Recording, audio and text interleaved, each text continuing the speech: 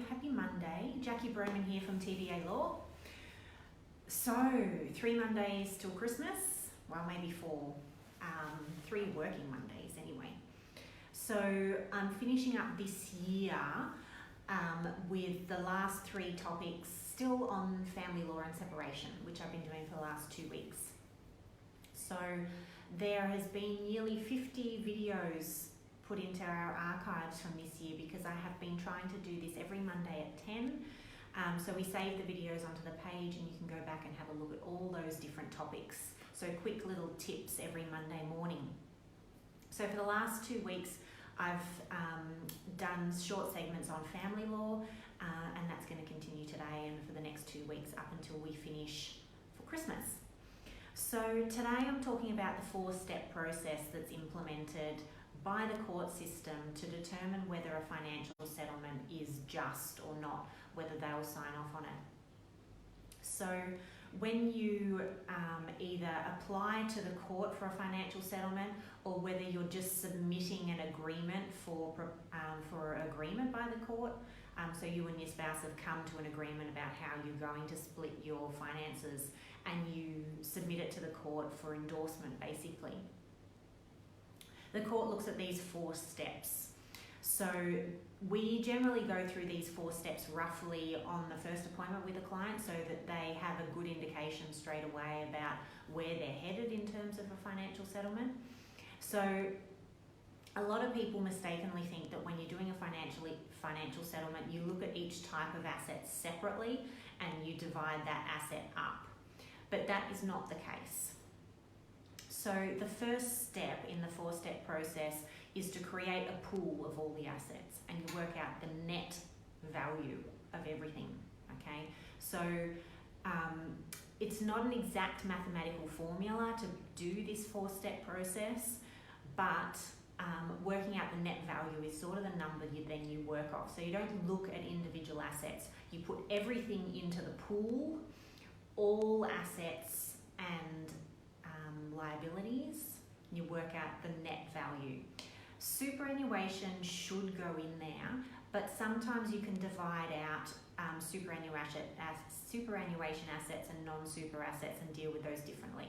But for the purpose of this 4-step process, everything goes in the pool and you work out the value of all the assets in total, how much debt there is, and work out the net value. So say the net value is $2 million. All right, we've got a nice round figure that we're dealing with for this example, and you're dividing the $2 million up.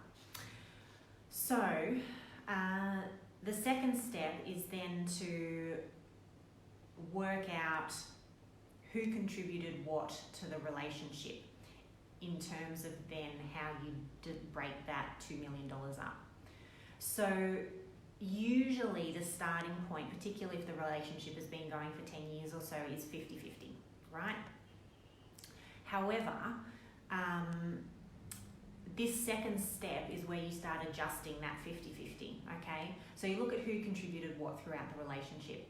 So who contributed financially? Did anyone have more than the other to begin with? Did anyone get a lump sum during the relationship? And whose income was what?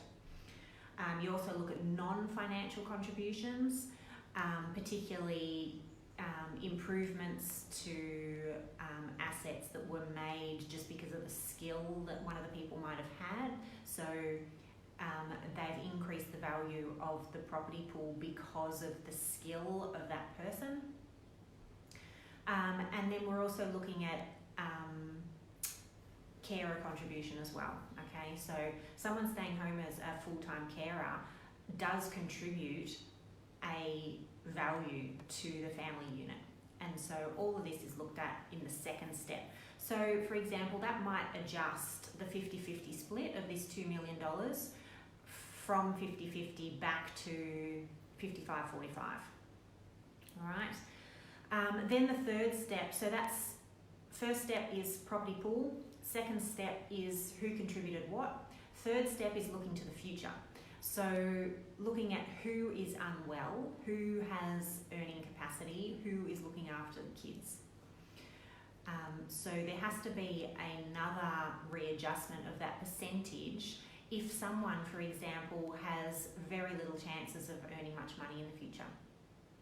So this might take the split from 45-55 in, for example, the husband's favour, and flip it back to 60-40 in the wife's favour, particularly if she's got the care of the children. So that's the third step. Fourth step is then to actually do a equitable split up of the assets in the pool. So we've worked out that there's going to be a 60-40 split, but how is that going to happen across those assets? And it has to be justly done. So for example,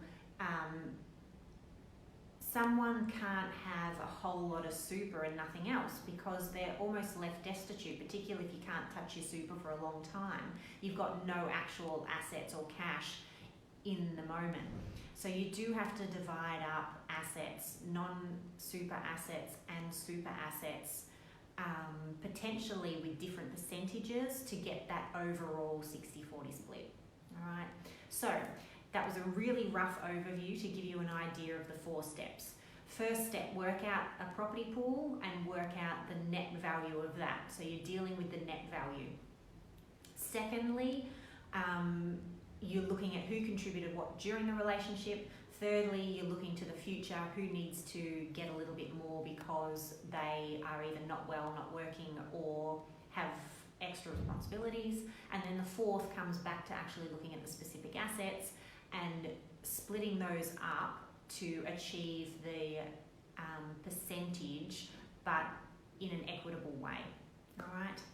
So, like I said, we go quickly through those 4 steps in our first appointment with people so they get a fairly good idea about where they stand. Although it's all subject to full disclosure about values and getting valuations in a lot of cases.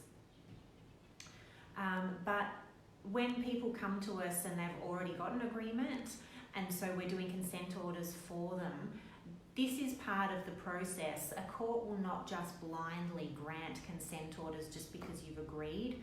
You also have to prove to the court that it's a just and equitable split based on this 4-step process, or the court will not agree to what you want regardless of what you may want. So, 4-step process for a financial settlement after a separation. Like I said, it's not an exact science, so you're working a lot of round figures and you're working with estimates as to percentages as well. But this has been how the court's been doing it for nearly 15 years, potentially longer, because we had major reforms in the middle of the last decade. So, if you think this video will be helpful for anyone who's just separated or thinking about separating, it is difficult to tag their name in a video like this, so I would recommend that you direct message them instead with the video. I will post this video onto the page so you can go back and find it, just like all the other videos there. So I did nearly 6 months focusing on estate planning and deceased estates, which is my specialty area. Then I've done a couple of blocks of focusing on leasing, focusing on buying or selling land, focusing on living in the community with your neighbours, and now we're getting on to family law and separation. So, I hope you have a great week. Again, happy Monday, and I will see you again for the last 2 videos over the next 2 weeks before Christmas. Have a great week.